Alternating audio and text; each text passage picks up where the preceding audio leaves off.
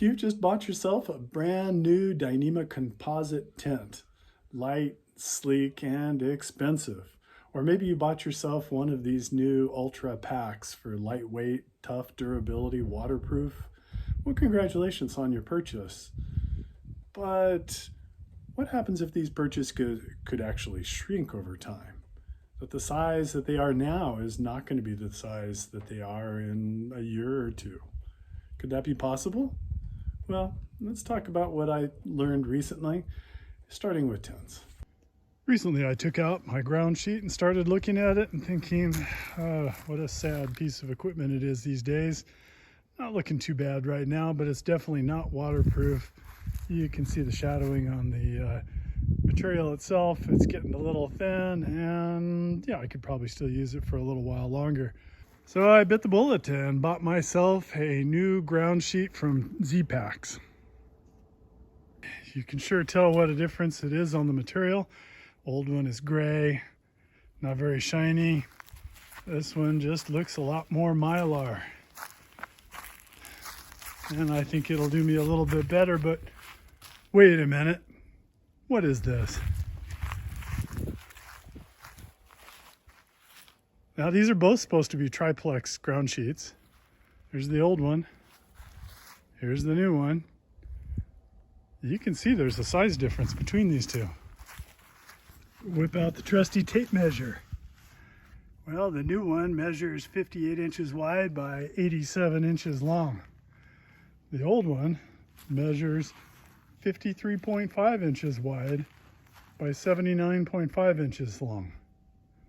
What's going on? Well, maybe I got the wrong ground sheet last time.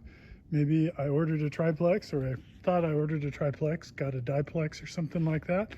Well, I looked online what the specs were, and Z-Packs claims that their triplex is supposed to be 88 inches by 58. Pretty close to my new one, a little inch off on the length, but I measured it twice. Whereas a duplex would be 88 by 43. So this old one's too wide to be a duplex. Is it possible that Dyneema shrinks with age? Maybe the measurements that I was getting on the triplex when I measured it on the previous video were smaller because the tent actually shrunk?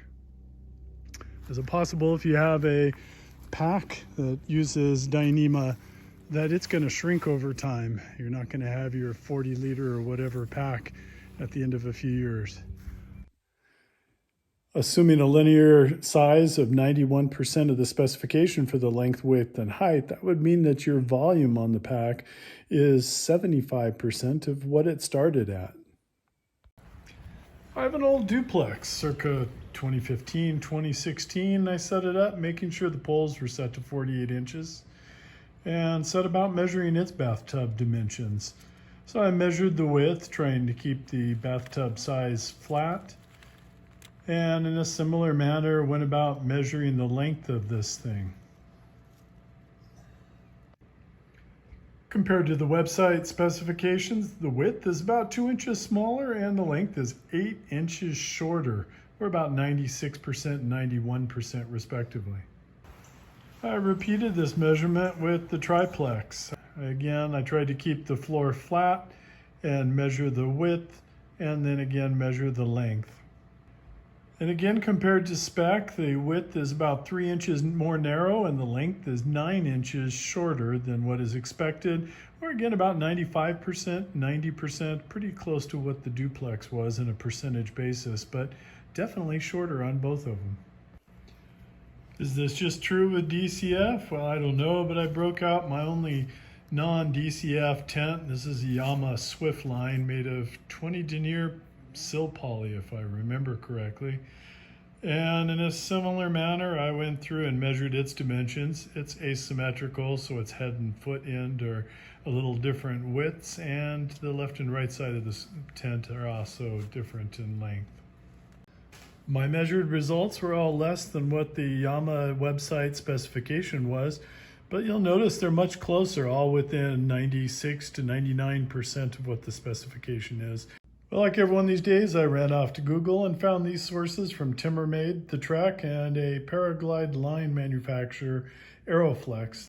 Trek and Timmermaid both agree that DCF does indeed shrink, though they don't provide percentages by how much and over what time, may be caused by slippage of the mylar over the fibers themselves, and a temperature might be a factor. Aeroflex does not use DCF, but they do use Dyneema for paraglider cables. And they say that those cables can also shrink because they speculate maybe they slide over each other with low friction, and temperature and humidity might be a factor. Let's talk packs now. If Dyneema is UHMWPE and UHMWPE can shrink, and UHWMPE is used in the ultra material of these packs, can your pack shrink as well? Well, to answer that question, I reached out to ULA technical support and quickly got a response.